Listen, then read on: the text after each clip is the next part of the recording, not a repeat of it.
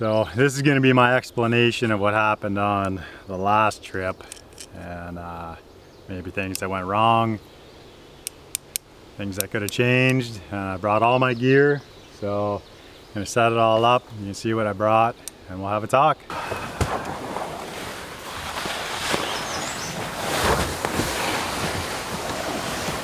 So I brought every single thing that I brought on my last trip except for food.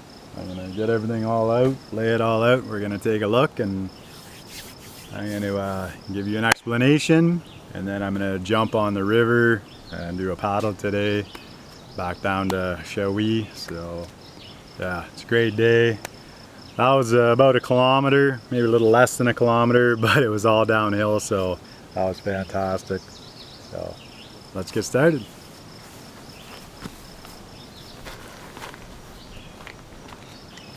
I brought the dry bags for when I was in the kayak, and then I brought the backpack for when I was doing portages.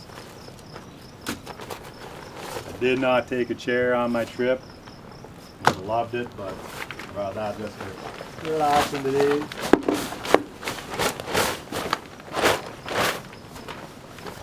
There's that.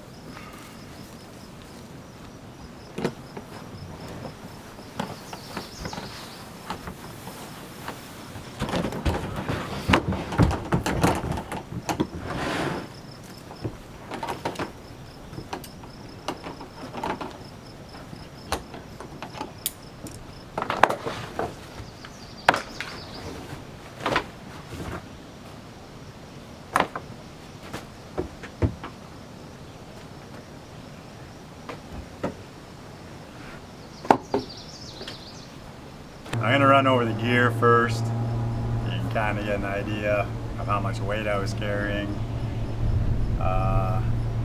Dagger Nomad Large weighs 51 pounds, and all of the rest of my gear, all my paddling gear, my camping equipment, my food, everything else was roughly 35 pounds.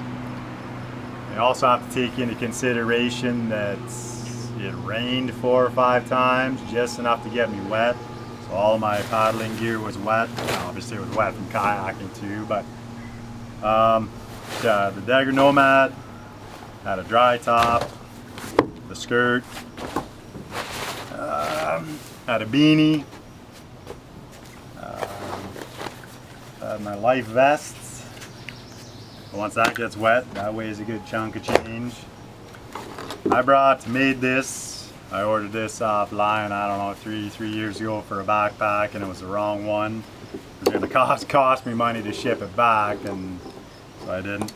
I've got a Dyneema dog bone on there with my leash. It goes in my life vest.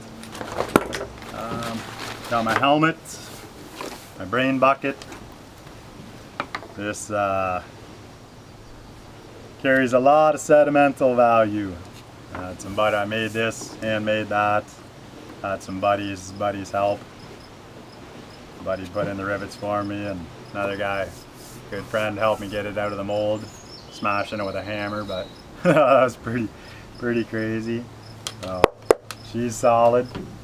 And then I made this. This is a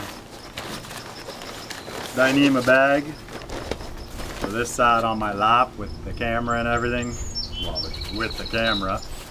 So that was sitting on my lap with the camera. So kind of waterproof, but not really. And then had my hammock, my underquilt, top quilt. Oh shit. So I had a paddle too. Pretty sure I had a paddle. So yeah. Hammock, underquilt, top quilt, pillow, tarp, thin rain pants, a thin rain shirt, the shirt you saw me in. What else? Had some bug spray, had a puffy jacket, had puffy pants, and then all of my cook kit, my water filter, obviously my backpack, It weighs a pound. Everything was good. Had my toothpaste, toothbrush. So what happened? It seems like every time I make a video, I say that somebody's sick in the family. Well, Lauren was sick again, and she was beat up pretty bad. And the day before my trip, kind of knew I was getting sick, but I wasn't gonna say anything. Morning of the trip, I knew there was something wrong. We'll talk about that later. So what happened was, I did my flat water paddle, and I expected it to be doing short portages with longer flat water paddles and just enjoying the trip. But what ended up happening was I pretty much portaged everything, hoping to get to some water that I could paddle, some flat water that I could paddle. And a lot of the rapids were long. I was deflecting off a lot of big rocks and just wasn't. That's another thing. I didn't have a full face helmet. I didn't have elbow guards.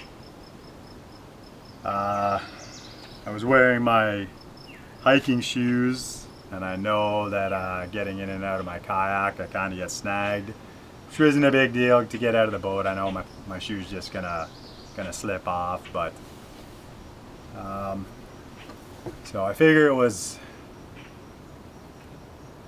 a little more than 2 kilometers of portaging to where I ended up having to turn around. But even by then, sweating for so much, all I ate was a bowl of Cheerios and a coffee that morning. I really didn't fuel my body that well. Raining, being cold, being hot, and maybe being an underlying sick. So what happened was, it was a little bit late in the day and I started feeling really crappy. So, and when I got in my hammock, I got really cold. So I was already running a fever then. So then I walked up to the top. That was just absolutely terrible. Had to drop Trish a line to get me a pickup. Got back down the big hill, pretty much jumped straight in my. So all I had to eat that day, the first day, was a bowl of cereal and half of a wrap that I made. The wrap wasn't really tasting that good. I was eating Sour Patch Kids and dried mangoes. Was drinking water still, but that night I was didn't really know I had a fever, but I was kind of using my clothing and my hands and everything to kind of keep my body my temperature regulated. And then the next day I woke up and I only had 3 scoops of oatmeal. There's 2 reasons. One, I put peanut butter in it and it wasn't that good. And 2, I was just kind of seeing how my body was gonna react to the food. I had a coffee. So the day before, I did all my portaging. Did my portage back to Hold Diable, or Chute Diable, and that's on an actual trail. So then from there, the next day, I still had 1 kilometer to go, and my whole flat water paddle against the wind and out. And I was just leapfrogging my gear. I would carry my boat and some of my paddling gear and then go back, get my camera and everything. And I didn't really film that much because I was just so exhausted. So long story short, I got picked up, got home, had a shower, jumped into bed, was freezing to death, was shaking pretty bad. And then once I got warmed up, my body didn't stop warming up and I just kept getting hotter and hotter and hotter. So I threw everything off, got cold again, got hot again, and then we decided it was time to go to the hospital. So when I got to the hospital, there was no screwing around. Usually, I'm not going to say usually, a lot of the times you wait hours and hours and hours to get in to see a doctor. This time, I went into triage, and they listened to me, took some vitals and stuff, and then I went back out to sit down. I pretty much didn't even sit down. Trish didn't even get to administration, and I was already in a wheelchair, onto a stretcher and into ICU, and shaking violently, had a temperature, so they took blood out of both arms. They kept taking my temperature. I took some Tylenol. They got me the IV. They tested my blood for bacteria. They tested me for COVID. They did a chest x-ray. I ended up using 2 1/4 to 2.5 bags of the saline. 2 bags before I even needed to take a leak. So I think it was a combination of dehydration, severe exhaustion. I can't really say hypothermia, but just exerting that much. The temperature really wasn't warm that day, but I don't think it was cold enough to. So then, and they were worried about an infection, but at the end of the night, it was about 11:30-ish when I got out of there, and they told me that all my blood work was good, my white blood cells were elevated, but that was probably because of my fever. So my fever had come down, I was feeling good again. About 4.5 hours into the hospital trip, I actually started feeling like my smile was my own again, and my coordination was back to my brain doing it instead of me manually doing it. So yeah, it was just there's a lot of things that happened. We placed a lot of value on money and what our gear cost, but if I would have just called it what it was, in hindsight is 2020, I could have left my boat, just backpacked out, and got my wife to pick me up. I think it's 4.6 kilometers from the Chute Diable. So I could have just hiked it out instead of carrying and hoofing and pulling all my boat over all the rocks and stuff. But it was a fantastic trip. It just wasn't what I was expecting. The food I took wasn't really tasting good. I never really ate too much. And then the next day I was wondering if maybe the water was making me not feel very good, so I kind of stopped drinking water. Yeah, there's just a lot of things, but and a couple days later, 3 or 4 days later, I asked Trish, I asked her how I looked. I said, did I look pretty rough, or was I just acting like a little girl? And she said that I looked like I was gonna die. So I guess that's better than. So that's my story. This is all my gear. It was a tough trip, and whether it was, and still, this is 2 weeks later to the day, and I'm still hawking up these big oyster-looking things. Like they're solid, snotty, crazy colored. So yeah, I took one day off work, took the Monday off work, and then it was back to the grind. Wasn't sleeping very good for 3 nights because the first night I was up 3 or 4 times and took a leak. And the next night it was just the temperature in the house. But no, everything turned out good. Not really sure if I got away with something. Like sometimes you do stupid shit and you kind of know you got lucky or you got away with something, but I think this was just one of those trips that it was just a tough one. That's it.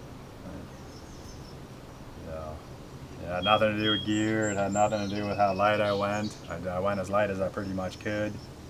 Didn't take any extra anything, but no, it didn't turn out the way I wanted it to, but it's all good. So I'm going to pack everything up into the dry bags, show how I put it into the, This is what everything looked like before, or without the chair. So I just brought that today because I didn't know where I was going to end up. So throw this in.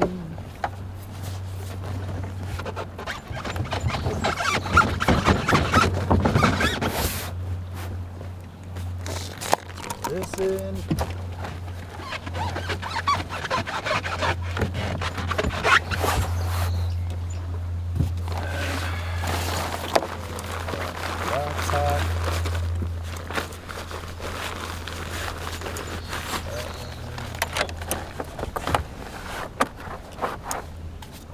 filter.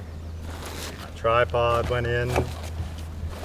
Tripod goes in, so my food bag. I'll throw my chair in.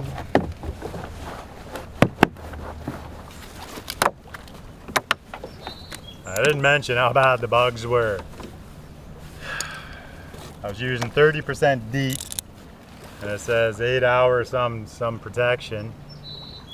Would have been nice if I had 8-minute protection. I was spraying the stuff on, and within seconds, everything was biting me. You couldn't stop at all. Like, within a few seconds of stopping, I'd stop, sit on my kayak, and within seconds you'd have just tens and tens of friggin' mosquitoes, black flies. The no-see-ums were chewing right through the bug spray. But my little complaint, crying about the bugs. But yeah, this I would set right there with my camera. Then throw on all my gear. I'll jump in, throw a couple rolls. By the time I get all my gear on, I'll be warm enough that it'll be nice to throw a roll. So we'll do that. There's the wife. I just told her I was going to get on the river. And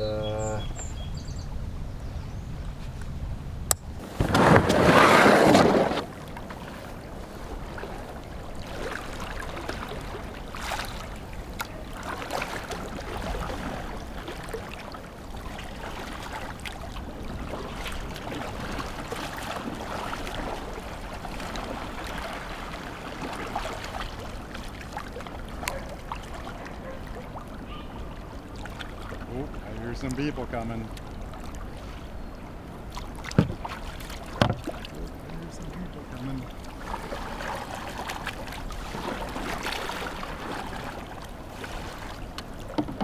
Oh, I always forget to put on my nose gloves.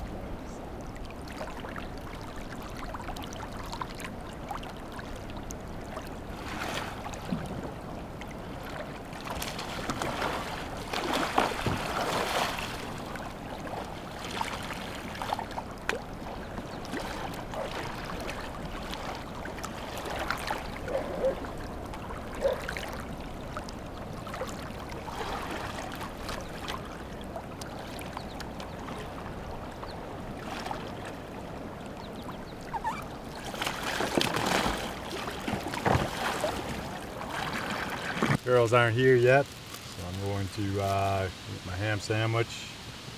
I just put some Kool-Aid.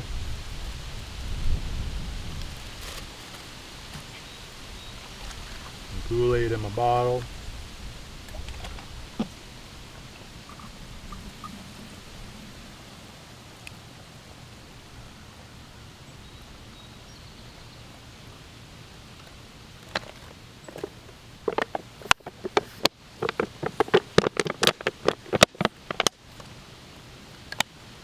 Alright, so that was my explanation. That was my day trip. Well, I'm sure the girls will be here any minute.